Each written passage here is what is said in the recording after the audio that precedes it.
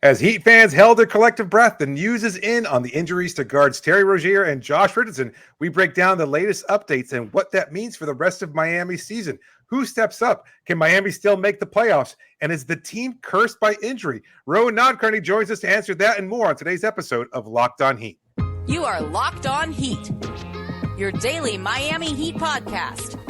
Part of the Locked On Podcast Network, your team every day.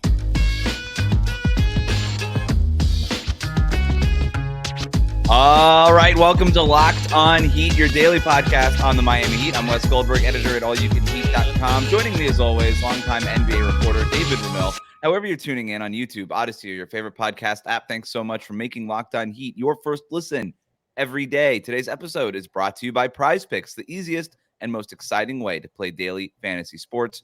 Go to prizepicks.com/LockedOnNBA. Use the code all lowercase LockedOnNBA for a first deposit match up to $100. We are joined by Sports Illustrated's Rohan Nadkarni to help us talk about whether the Heat are the NBA's most cursed franchise of the last decade. We're also going to power rank the Eastern Conference here in a bit. But let's start with the latest injury news regarding Terry Rozier and Josh Richardson. Both had MRIs on Monday. It was reported that Richardson is going to miss at least a couple of weeks with a dislocated right shoulder. Rozier, meanwhile, had a minor knee sprain, it was revealed, and he's going to be considered week to week. I think based on how these injuries looked in the moment, that this is basically as good of news as the Heat and Rozier could have hoped for, right, Rohan? Without a doubt. I mean, especially with Rozier, some of the reactions look like, is this going to be a season-ending type of thing? How severe is this going to be?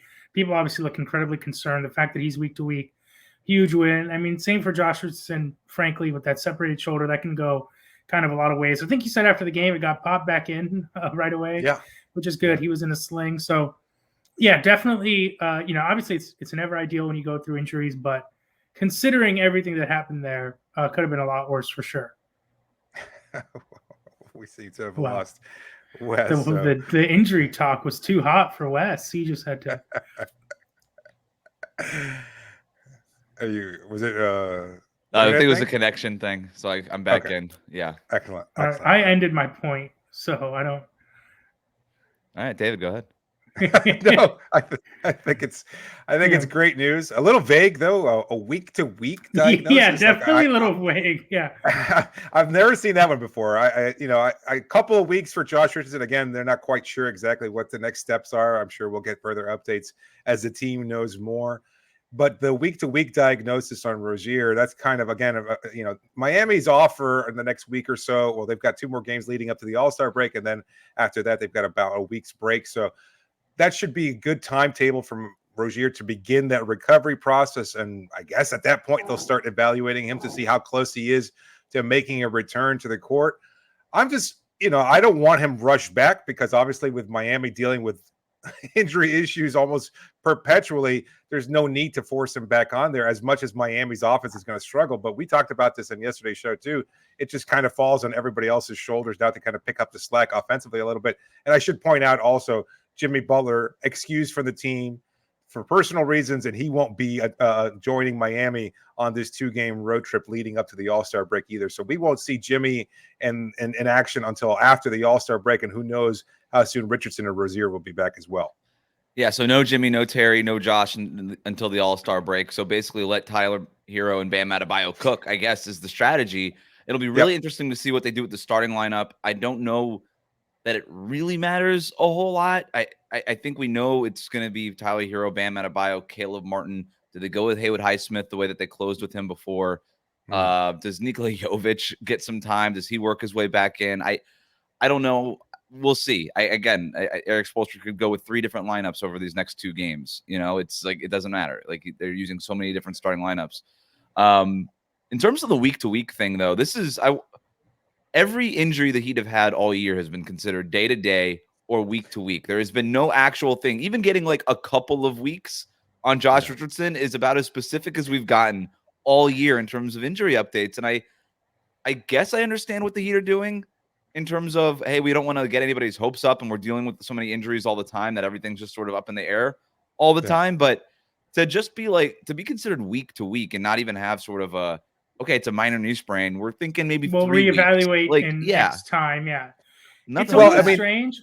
Yeah, go ahead. I think they're just going to keep him on the injury list, kind of what we saw with Tyler and Duncan. Like they're just going to keep him on the injury list to make sure that they avoid the fines and everything else. And then one day we'll just get the notification he's no longer on the injury list. I guess he's ready to go. And of course, covering the team in practices and stuff like that, we'll see Rozier perhaps doing a little work. We'll get some kind of vague explanation from Eric Spoelstra. But not even get like we'll reevaluate him in 1 to 2 weeks. Like that's usually the lingo. The Heat are just creating their whole new vaguer lingo. At least they didn't do the thing where they list like 6 obscure body parts and like threw a lot of medical jargon around it. Like he's got acute displacementitis of this ligament you've never heard of. Like they just called it an knee sprain. At least they did that. I agree. Like on one hand, it's good that they weren't like torn ACL and he's done. Even like Drew Smith, they were like, he sprained his ACL and he's like, and it's like, just say he tore his ACL and he's done for the year. Like, what's happening here? Right. At least the good news with Terry is that they weren't like done for the season. The bad news is we don't know if week to week means 2 weeks or 8 weeks. So the Heat got fined for an injury report mishap earlier in the season, and I am wondering if this is a response They've to never the done fine. it since They then. said they're basically like, all right, now we're just literally going to be as vague as possible so that you can't come back to us and be like, well, you said this and this, and now this other thing is happening, so now you're getting fined. They're like, well, how about this? He's kind of hurt, and we don't know when he's going to be back, and that's going to be our initial assessment. Like, when do we just start leaving the body parts out? Body hurt, injured body. Yeah. Like, that's just where we're going to go with this stuff. Awesome news that it's only going to be a week-to-week thing with Terry Rozier, because I literally thought, I was like, they just traded a first-round pick for this guy, and they got 8 games out of him, and he's going to be out for the season, and that's it. And if that happened, I don't think I'm overreacting and saying the season was over. Like, that's it. That you invested that much into one player. You have no point guard. Yeah. I mean, I guess so. I don't know if I would have gone so far. Like, I don't know how far this team could have gone without Rozier. But I don't know how much of a difference he makes either. Like some people, obviously the rim pressure and everything else, the defense was fairly good. I think, his loss is going to be an issue, but I don't know. I still, maybe I've just been indoctrinated by this team for too long, because my first response is this team has enough, and I don't even know what that might mean anymore. It's like next man up. It's like there is not a next man up. There is none. It's Terry Rozier is your only point guard, and the other one is also injured for the season. Like over these for week to weeks, it's going to be Tyler Hero. It's going to be Jimmy Butler when he comes back, and it's going to be a lot of them. But I guess they still have a roster spot. They still have some money that they could use on a buyout guy or a free agent. Rohan, David and I already talked about some of these options on Sunday night's show, but is there a name out there that is even interesting to you in terms of even taking a flyer, adding some depth here? I mean, was it US who tweeted out that Bouye could be someone? They've signed him to 10-day contracts before. I mean, they're going to have Alondes Williams now. To be honest, I'd be surprised if it's a name beyond someone like that. I think they'll probably go the 10-day route first, just because they're trying to stay as far away from that apron line as they possibly can. I mean, Rozier gave him some breathing room, so Thomas are a concern now. But I would be surprised if they went and got a veteran right away. I think they'll give some of these young guys a shot. I mean, if they do get a veteran, that could be an indicator that they're expecting one of these guys to be out longer than we expect. But I would think, they have a two-way guard now who just joined the team. They have people who've had experience with the team in the past. So I'm not expecting a very recognizable name to come in. I would assume it's one of these younger players that the Heat would maybe want to get a look at. You give Alondes Williams some run here, give him a chance, and then and what they did last year was that they added Kevin Love and Zeller over the All-Star break. So even that was sort of a week in between the trade deadline and the All-Star break, and then they sort of did their research and did all the work. And then real boomer bust there, real opposite ends of the spectrum. I don't know. I look at a guy like Furkan Korkmaz isn't a ball handler, but he's like a longish wing who can sometimes hit threes. Like, is that guy on a 10-day something that can help mitigate? I don't think Korkmaz is going to take a 10-day, to be honest. Yeah, maybe not. Ish Smith is another name that's out there. The Heat are one of the few teams he hasn't played for yet, so he could check that box if he wants. We've mentioned the Killian Hayes option, all these things. I think the Heat have got to look. The Jamari Bouye option, obviously. Like, they got to look at this stuff. But yeah, I think we'll see Alondes Williams get some run over these next couple of games. See what he can maybe do. Put it this way: I don't think it matters. Like, whoever they end up signing with that this is going to be like cold take to death. They're going to sign like the next future All-Star with this. Yeah, 10 no. days somehow. But point being, like, I don't think that whoever they end up signing here is going to be the difference maker this season. I just think they need somebody because they need bodies. They need bodies. One more injury, and it's like nobody else can dribble. Somebody's got to dribble the basketball on this team. So yeah, we'll see what happens. Like I said, probably something during the All-Star break, and we'll be able to have news for you there. But let's zoom out. Are the Heat the most cursed team in the NBA? We'll tell you why they have a case after this. Today's episode is brought to you by Prize Picks, America's #1 fantasy sports app with over 3 million members. The easiest and most exciting way to play daily fantasy sports. It's just you against the numbers. You pick more than or less than the projections on 2 to 6 players, and you watch the winnings roll in. Prize Picks is really simple to play. You can make your picks and submit your entry in less than 60 seconds. Quick withdrawals, easy gameplay, and an enormous selection of players and stat types are what makes Prize Picks the #1 daily fantasy sports app. Right now, go to prizepicks.com/LockedOnNBA and use the code LockedOnNBA for a first deposit match up to $100. That's right, a first deposit match of up to $100 if you go to prizepicks.com/LockedOnNBA and use the code LockedOnNBA. That's Prize Picks. Pick more, pick less. It's that easy. Thanks for making Locked On Heat your first listen every day. Make sure you're subscribed on YouTube and on your favorite podcast app. Everydayers will be back all week with recaps of Tuesday night's game in Milwaukee, Wednesday night's game in Philadelphia. Also a reminder, Locked On has launched the first ever national sports 24/7 streaming channel on YouTube.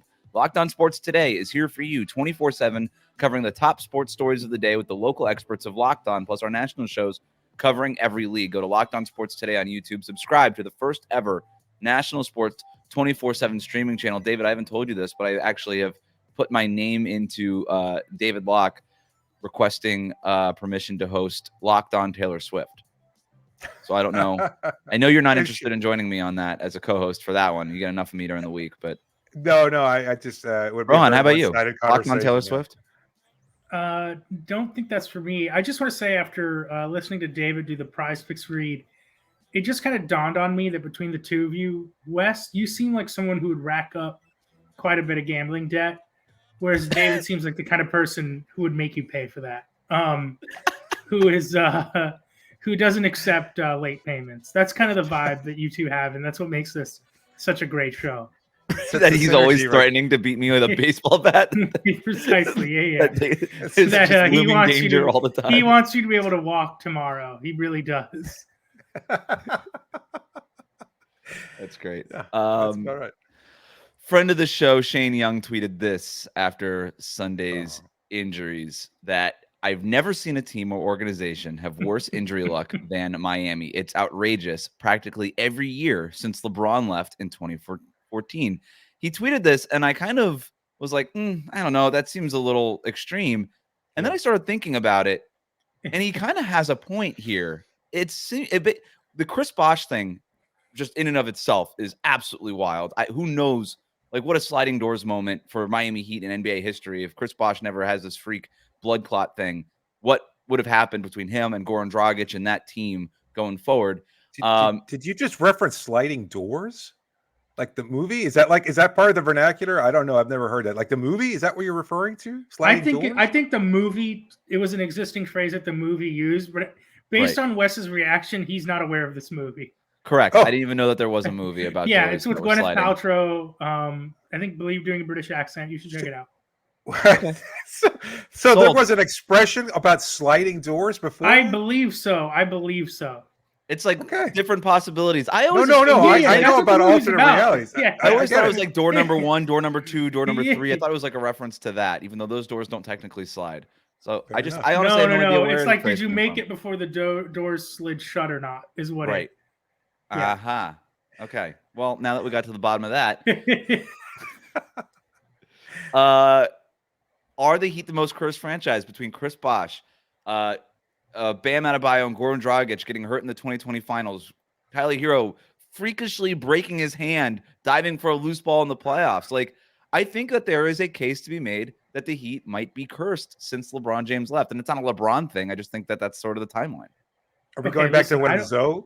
Zone Yeah. 2? Like, I mean, how far back are we going? I mean, we can if you want. I mean, even that was freakish, but I think just over the last 10 years is a very interesting argument. Listen, I don't know Shane. So I don't wish to besmirch Shane in any way. As you mentioned, friend of the show, is a friend of mine. But no, I don't believe the Heat are cursed. I think Shane had just a little bit too much masala on this tweet. The Chris Bosh thing, yes, it's tragic and it's terrible what happened there, just on a human level, even more so at the basketball level. Other than that, I'm sorry, but like injuries are part of basketball. I mean, the Clippers made maybe arguably had one of the greatest free agency periods of all time when they signed Kawhi Leonard and Paul George together. Those guys have yet to finish a postseason together. This going on year 5 now. The Warriors lost Kevin Durant and Klay Thompson to season-ending injuries during an NBA Finals. Then lost Klay Thompson again for another year after that. Kyrie Irving has been unable to finish the playoffs with the Celtics, Cavaliers, and Nets. He's had issues there. You could go back over the last 15 years and find a team that's had some kind of terrible injury that significantly altered either the course of NBA history or that year's title race. I mean, Chris Middleton a couple years ago with the Bucks. You could go all the way back to Derrick Rose with the Bulls beginning in 2012. So look at the Denver Nuggets. Jamal Murray misses 2 postseasons. Like, listen, it happens to every team. I don't know how you could say the Heat are more cursed than the Clippers, for example. If you want to go through the Clippers' entire history and what's happened to some of their top draft picks, missing seasons because of knee injuries, etc. So, listen, the Heat it's frustrating, but the difference between the Heat and the Clippers is that with the Clippers, you knew what you were getting into with Kawhi to a certain degree. He came to you with knee problems. Like that was part of the reason. Yes, but he also just had one of the great finals runs. Totally fair. But I guess with Jimmy, there was no injury history. With Tyler, just like a freak broken hand in the first game of the playoffs. I don't listen. The Tyler injury. I mean, are we going to do this? They made the finals without him. I don't like. What do we? But the injury still happened. Sure, but like Julius Randle had played on an ankle that needed surgery in the summer. No one talks about that anymore. Malcolm Brogdon did indeed miss time. Giannis Antetokounmpo did indeed miss time. Like, if we're going to play the injury game, almost every single team in the league has a claim to it. David, what do you think? I will say that aside from the Chris Bosh injury, as Ron said, which was a great tragedy, I think the injuries are more symptomatic of Miami's lack of star level talent, that they have to continuously grind their way to victories all the time. And that eventually that has wear and tear that is cumulative over the course of multiple seasons, which is what happened with Goran. That was a combination of age, Bam. But you're right. There are also freak occurrences. These things happen. And you can't really just look to it and say, you know what, the Miami Heat are cursed, because they've also enjoyed incredible success over that 4-year span too. So they also not traded like Josh Richardson and Hassan Whiteside for Jimmy Butler. They're not cursed, but do they have? We all agree that injuries happen. I don't know that that's necessarily breaking news, but considering that they happen, do the Heat have the worst injury luck? Even considering that other injuries have happened. No, I don't see it that way. So. I don't. When the Clippers out there, I mean, the Nuggets lost 2 MVP seasons of Jokic's prime due to injuries. I mean, they were starting Austin Rivers in the playoffs. I mean, I think that's happens. The one. It's the Jamal Murray one. The Clippers. The Clippers have Kawhi Leonard after the bubble hasn't been able to play through a postseason. I mean, statistically, though, doesn't Miami have the most games missed due to the injury over the last couple of seasons? Like, I guess that's kind of backs up what Shane is saying. But it also is unclear, at least during the regular season, how much of that is them being conservative with injuries. Week to week. Yeah, so like month to month analysis. Bam's hip earlier this year, that felt like they were taking some precautions there. Jimmy Butler, I think, is someone who they are extra careful with. They sat him for a game in Minnesota, for example. So I'm not saying it's self-inflicted. And last year too, like it was sort of it was a lot of Victor Oladipo and Omer Yurtseven missed games, which no offense to those guys, don't really count that much. When you're considering the stars. All right. Look, I just thought it was an interesting tweet and it got me thinking. I think I'm on your guys' side on all of this. I was just sort of playing devil's advocate. I appreciate you put up a very good devil's advocate case, and I appreciate I don't think anything we didn't even mention Chris Paul. If anybody's cursed, it's Chris Paul's hamstring. Yes.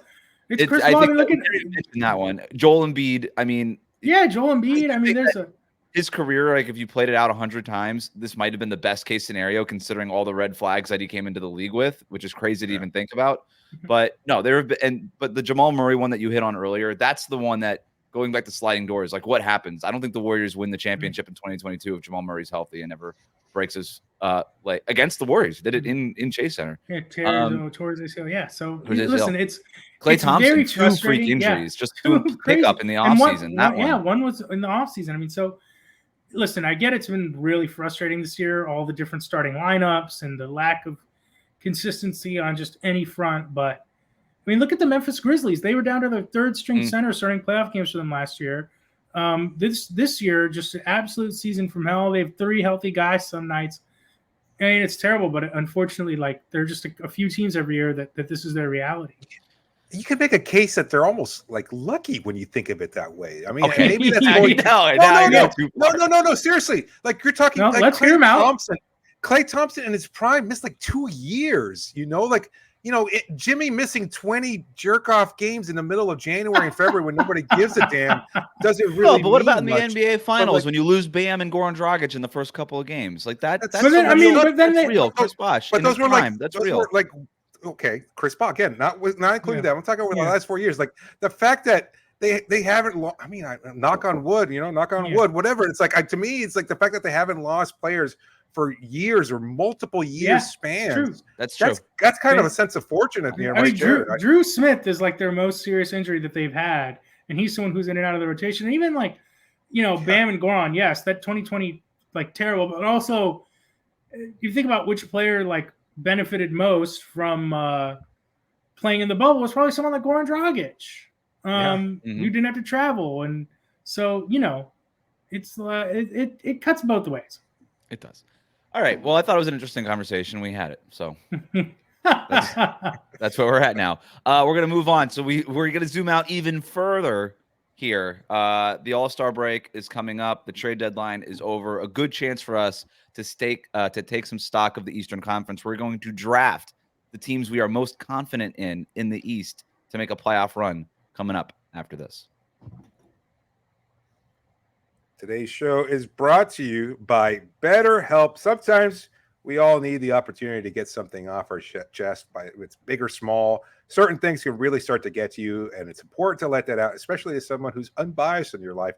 And that's where therapy comes in. Listen, it's such a great opportunity now to be able to find somebody that you're looking for, to be able to connect with them, and to be able to communicate whatever issues you might be going through, or just to talk about something that you might just need to get off your chest. That's why BetterHelp is such a great help to so many people. Again, it's tailored just to you so that you can find a therapist that you're looking for online. You can find somebody that's convenient. It's tailored to your schedule. And you just figure out who you want to work with. And if you need to switch for whatever reason, you can do so easily. Just go to betterhelp.com/LockedOnNBA and you get 10% off your first month. That's BetterHelp, HELP.com/LockedOnNBA today. Thanks for making Locked On Heat your first listen every day. Every dayers tune in Tuesday night for our post-game reactions to the game in Milwaukee. Tune in Wednesday night for our post-game reactions to Miami's game in Philadelphia. Make sure you're subscribed on YouTube and on your favorite podcast app. If you're watching us on YouTube right now, hit that like button, comment, let us know what you think about the Miami Heat's injury concerns and if the Terry Rozier diagnosis is a good one or a bad one for Miami. Also leave a 5-star rating and review wherever it is that you listen to your podcast. All right. The NBA trade deadline's over. All-Star break's coming up. I thought we could sit here, take a chance, and take stock of the Eastern Conference. A lot of changes in the East over this trade deadline. All the latest injury news included in that. I want to go through 3 of us here. We could do a draft of which teams we trust the most in the East. So it's not necessarily like, okay, who the best team is now, because we could just look at the standings and do it that way, and that's no fun. What teams do we trust the most based on what we've seen through the first 50 or so games here in the NBA this season? Rohan, you're our guest. We'll start with you. The team you trust the most to make a prolonged playoff run in the Eastern Conference. Well, real quick, let's hit some ground rules here. Like, are we each doing 2 picks? How deep of the draft? I feel like 2 picks is good because then we have to cut off a certain number of teams. Let's go. Let's start with 2, and if we have time, maybe we can go 3 if there's some lingering teams left over. But we'll start with 2. We're going to go 9 deep on contenders. You know what I'm saying? All right, 2 each. I like it. I guess you're the boss here. So are we going from 6 to 1 then? Is that how we're ranking? No, just whatever teams you want. No. You trust the most. We're doing a draft. You draft the team you trust the most based on who's left on. David doesn't believe in the draft is the problem. Usually you just take the best player. The old way of adding talent. Yeah, who's the Victor Wembanyama of Eastern Conference contenders? All right, so I'll go first, and I'm actually going to take my Boston Celtics here. Did you say my Boston Celtics? Only team in the NBA top 3 in offensive and defensive rating.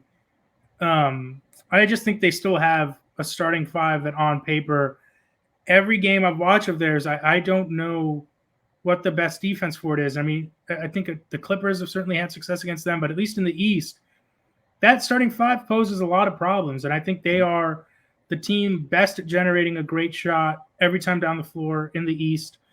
They've become so good at hunting mismatches, whether it's Porzingis in the pick and pop, whether it's one of their big wings on a switch. They've been fantastic. I think Tatum has been a top 5, top 8 player in the league. He's in that range. He's going to get some MVP votes this year.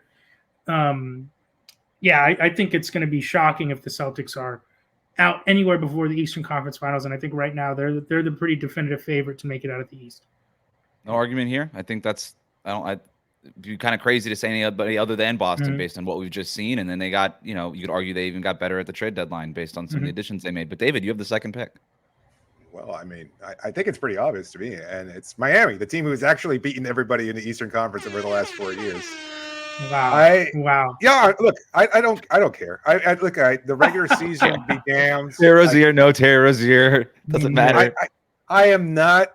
I've learned my lesson since covering this team, and I cannot discount what they do. I don't know if it's just ridiculous voodoo magic on Jimmy Butler's part, or everybody else, or Eric Spoelstra be the best coach in the NBA, or a combination of all these different factors, or maybe it's just capitalizing on injuries and other teams making mistakes. But I look at the Boston Celtics, I am not convinced, as good as they are, I don't believe that they won't falter at some point in the playoffs, that they cannot be beaten and broken as a result. And we're hinging their success on glass-ankled Kristaps Porzingis. Like, I don't want to wish injury on anybody, but I don't know that I can trust. That's the big concern with them, no doubt. Okay, I have a lot to say about this. All right. So first and foremost, let me just say, obviously, I have a ton of respect for David here, someone who I love talking about basketball with. Thoroughly enjoy coming on this bad. So this is more. I want to be clear that I'm talking to a lot of people here, not just David, because I hear this refrain often. It's like, I just believe in the Heat to figure it out.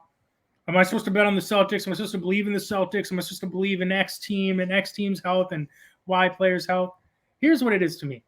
I'm yet to hear just a coherent basketball argument for why the Heat are going to somehow make it out of the Eastern Conference. No one's told me anything about what's going to happen on the court. It's all, hey, no one's scared of this guy, or we're not scared of this team. And nobody wants to see the Heat in the playoffs. Yeah, it's never what are they going to do offensively? How are they going to find a way to score, even though they've been bottom third in the league offensively? It's never anything about that. It's always about analytics nerds are ruining the game. Okay, but exactly. And then people talk about something like Porzingis' ankle, right? Can Porzingis be healthy? It's like Jimmy Butler's knee in the 2022 run.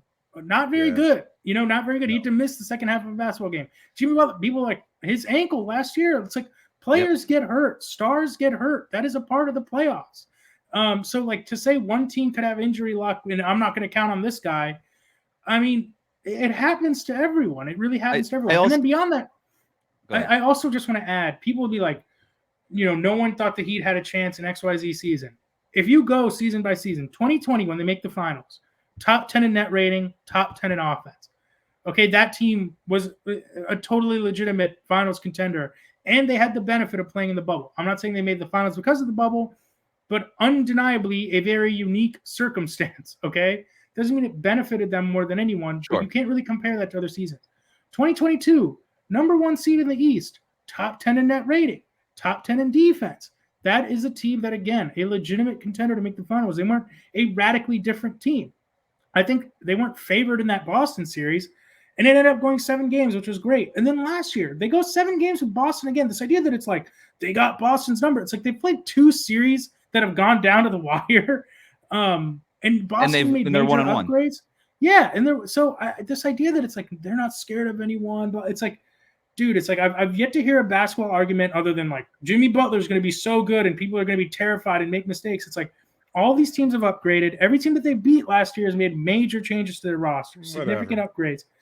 And that's why I said I respect where David's coming from, but I see a lot of people being like, I see this time and time again. Yeah. What they did last year was incredible, but is a historical outlier for a season. Yes, yeah. It has nothing to do with this And that's season. The thing is, and that's why I hesitate. And that's, look, I'm not telling you that I'm pushing back against Miami. And by the way that this draft works is that Rohan took Boston and David does not get to take Boston because they're off the board. And David took Miami. Yes. And I'm fine with him taking Miami number 2. We don't have to have the argument whether or not they should have gone number 1 because he didn't have the number 1 pick. But we're having this argument anyway. So I hesitate to fall back on, well, they did it last year. Like you said, nobody had ever done it before last year. And I don't think you could just expect them to do it 2 years in a row. And right now they're in the play-in tournament. If they go back to the playoffs right now, if it started today, they would have to do it the same way they did last year, which was an outlier for a reason. It's just really hard to do it that way. They're not even a guarantee to get playoffs right now. No, they're not. And I don't think the Heat would even tell you because we did it last year, we could do it this year. I just think that's not it's not good to bet your future hopes on just stuff that happened in the past. It's not a workable strategy. It has nothing to do with this season. So look, when I look at the standings, it's my pick now. I would have picked Boston number 1. I don't think it's that much of a debate unless you're talking to David. And then but beyond that, I'm okay taking Miami number 2 with the Joel Embiid thing with Philadelphia. Here's the thing. Here's why I'm not, because again, it's just I probably wouldn't have done it. Make your pick, and then I can make my argument for why I have the team that either you pick or I pick will be ahead of the Heat. But so right now, just do a standings update real quick. Cleveland's number 2, Milwaukee's number 3, the Knicks are 4, Philadelphia's 5, Indiana's is 6, and the Heat are a game and a half behind Indiana. They're in the 8th spot. Orlando's at 7. So that's your standings top 8. Boston's off the board. Miami's off the board. I'm going Milwaukee, and I feel pretty good about it. They still have Giannis, who's playing at an MVP level. Nobody's really talking about him playing at an MVP level because it's kind of been weird. They have Damian Lillard, and I think that they are figuring that part of all of this out. And if there's any answer to the Boston Celtics in the East, to me, among these top teams that we're talking about right now, I'd still be pretty scared if I was Boston about having to face Damian Lillard and Giannis in that 2-man game when they figure it out and they make it want to make it click in the playoffs. And I still think that they will lean more into the pick and roll in the postseason than they have in the regular season. That is a tough thing to stop over a 7-game series. So I kind of trust them in a weird way, even though I guess it's just a talent play, right? And the fact that they have a lot of guys that have been there. So I like Milwaukee here with my pick. Like Milwaukee gets no credit for pushing Boston to 7 games without Chris Middleton. Like that's a top-heavy, thin team. Yeah. And in 22, they took Boston to the limit. Won massive games in that series. And obviously, like they've now weirdly thrown gas on the fire by setting off the series of events that's allowed Drew Holiday to go to the Celtics. But I mean, Milwaukee was fantastic in that series. And so, like these things hinge on such few shots and things like that. That it's just like remarkable to me that I tweeted like I thought the Heat maybe needed to take a step back at the deadline and regroup for this summer because of how far they've fallen back on these teams. And people were like, am I supposed to be scared of an inconsistent Milwaukee team? It's like an inconsistent Milwaukee team is still 5 or 6 games better than the Heat. Like an inconsistent Milwaukee team that has 2 top 15 players who haven't fully figured it out yet. Right. Are still that much better. Like that to me says more about Milwaukee than it is a knock against them. So they've won a lot of games this year, despite the fact that they have been screwing things up and fired their coach. Exactly. Like Cleveland, there's so much talent on that roster. Cleveland, I think, is 17-1 in their last 18 games now, and half of those were without Darius Garland and Evan Mobley. Have the Heat had a stretch like that even once since Jimmy Butler got to the team, like that dominant over that long period of time? So. Wow. And people just they just look past it because it doesn't matter. And they're like, what happened last year? They just look back. What happened last year? Was Cleveland your pick?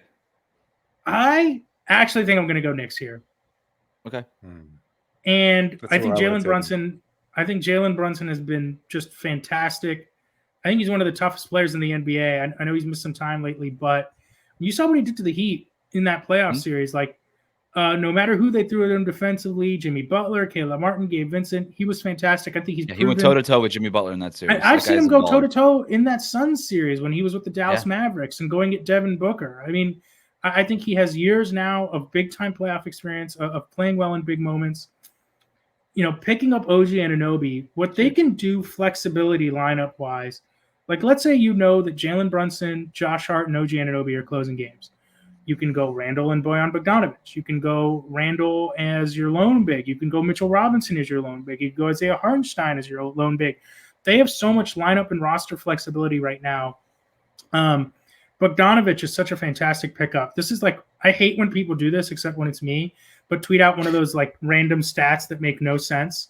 It's just like finding, it's like on Tuesdays in the month of October, no one is averaging more points than so like I tweeted one of those and it's like there are only 2 players like shooting 46 from the field and 41% from 3 that are like taking at least 7 threes a game, and it's Brunson and Bogdanovic. But the point being, Bogdanovic is a fantastic shooter. I've been saying for a while now, I thought the Heat should have been trying to go after someone like him. Like he immediately to me becomes the best 6th man in the league if he's coming off their bench. He's not a great once they get Anunoby back, and if he's that guy in the playoffs, that gives him somebody to guard Jason Tatum, Jaylen Brown, you know, Butler, all these guys. They're in such a good shape to play big against Milwaukee and smaller against Boston that I really like the Knicks' chances of at least making the conference finals this year. So whose pick is it now? I think it's David's again. Yes. Mine, yeah. I mean, right, how many options left? But I guess Cleveland. Obviously, I mean, it's a deep team, a good team, and I think somewhat being discounted during the regular season. So, yeah, I think the Cavs, I don't know how much faith I legitimately have in them, but I can't discount what they've done, and I think that they are a very good team. Donovan Mitchell's playing at an MVP level, and everybody's so distracted by the fact that they don't think he's going to be there from 2 years from now. But it's so true. It's so true. They've playing been at an MVP level. And it's funny because I just did the thing I'm about to criticize. The way people talk about the Knicks while the Cavs have been on this run is kind of disrespectful to Cleveland, who are, like you said, 2nd in the East. Dean Wade just entered their starting lineup and said, like, F it, we ball. And they were going nuts. Max Strus has been fantastic for them. I miss Max Strus. Max Strus, come home. Please, we miss you. I just wrote about them. You mentioned the Knicks there and how everybody's started talking about it. I just wrote about them for Real GM, the Cavaliers, and I said, who's the hottest team in basketball? And if you only pay attention to the headlines for the first 15 minutes of any NBA podcast, people would probably answer the Knicks or the Clippers, one of those 2 teams. But it's the Cavs. They've lost once since January 1st. And you could argue that they're with Donovan Mitchell, Darius Garland, Evan Mobley, who's starting to play better, Jarrett Allen, who's played awesome all season long. Maybe the best starting 5 in the East outside of Boston. Like, what other team in the East can just put a starting 5 of that much talent together that's better than Boston? Allen got memed to death after the playoffs last year. You know, when he said the lights are too bright. All he's done is come back and play at an all-star level. If that happened to any other team, you know, I'm the problem because I should be writing the SI story about Jarrett Allen and his comeback. But the way we talk about guys like Bam Adebayo and the way we lionize what they do when they lose in the playoffs and come back, Jarrett Allen has come back and been that guy. He was fantastic for them when Mobley went down. They're 4th in net rating right now. To your point, Wes, same record as the Clippers, better net rating. They are 2nd best defense in the NBA. Cleveland is fantastic. So I think that's a great value pick for you, David. I think after a wild reach with your first pick, you're like a team that was like, we're going QB. You're like a team that was like, we're going quarterback no matter what. You're now getting great value there in the 2nd. Yeah, you just picked up the best right tackle in the draft there. Yeah, exactly. At number 4. Oh, Lord. It's the Dolphins all over again. Yeah. I'm surprised this team's on the board, but I guess not. I don't know. I'm going Philadelphia. I think it's good value here. If Joel Embiid is 80%, I know he's dealing with the injury, but if he's 80% in the playoffs, what he's been in this regular season, that team's still a contender. Yeah. That team is still a contender. He's been that good. Tyrese Maxey is that dude. That 2-man game is for real. I like some of the additions that they made. Hey, Kyle Lowry, welcome back to Philadelphia. Good for him. Happy for Kyle Lowry to be able to go back home. He seems excited about it. And I think they have some weapons around. And I don't know. Embiid's been so good. You're giving me, he's still on the board, and I'm looking at my options here. I'm taking Philly. I feel pretty good about it. I mean, you think about people like Kyle Lowry. I get people got so wrapped up, I think, in the contract here and how little he was scoring, etc. essentially they're replacing Patrick Beverley with Kyle Lowry to run their second unit. That's a fantastic pickup for them. Watching them in that first Nuggets game when they played in Philly, and both teams wanted that game. That was a high level game. Both teams were wanted to. I know it sounds silly me saying wanted to win it, but playing playoff style rotations, playoff style strategies, etc., put a level of importance on that game. Watching Philly clear out and run those empty pick and rolls with Maxey and Embiid, and Denver just not really having an answer for it, was, I think, illustrative of just how dangerous Philly can be in a playoff setting if they get to their pet action in the half court. A lot of teams don't have anything that comes close to that. And Maxey, what he's able to do from the three-point line to the rim is just remarkable. And so I agree. They go as far as Embiid goes, but if Embiid's healthy, they're a threat. All right, so to recap our draft, we have Boston going number 1 to Rohan, Miami going number 2 to David. I took the Milwaukee Bucks at number 3. It went back to Rohan. You took the Knicks. David grabbed the Cleveland Cavaliers at good value, and then I'm sitting here with Philadelphia. I got all the East. I got, other than Boston, I got the biggest rivals. I got Milwaukee and Philadelphia, the biggest team. David rivals. got like Russell Wilson in the 3rd round with the Cavs pick right there. That's what he did. Just really undervalued for bad reasons, and he said, "No, I'm going to scoop him up." Scooping him up. Yeah, as both his picks were bold for completely different reasons. Well, Rohan, thanks so much for joining us on the show. Always a joy to talk with you. Heat basketball, NBA basketball. I like zooming out with you and talking all NBA because people need to know that you're there's a whole beautiful league out there of so many talented and gifted basketball players that we all love the Miami Heat. I get it, but I just wish people would. There's a lot of good teams out there. A lot of good teams out there that are playing exciting basketball. Oh yeah, you can't talk about them though, because the second that you talk about the second you talk about them, it's like you hate the Heat. You can't give glory. I had a relative tell me that. It's like, oh, you guys talk too much about other teams. It's like, what? It's really. I mean, yeah, we have to mention that the Heat played another team on the basketball court. It's like no, it was actually just an inter squad scrimmage. That's all we're just going to talk about. That's all we're going to talk about. And we also both do NBA shows, so we are always talking about other teams. All right. Thanks for making Locked On Heat your first listen every day. Hit that subscribe button on YouTube. Follow us on your favorite podcast app. Make sure you follow Rohan on Twitter. Follow his work over at Sports Illustrated. Thanks so much for joining us, man. We really appreciate it. Anytime, guys.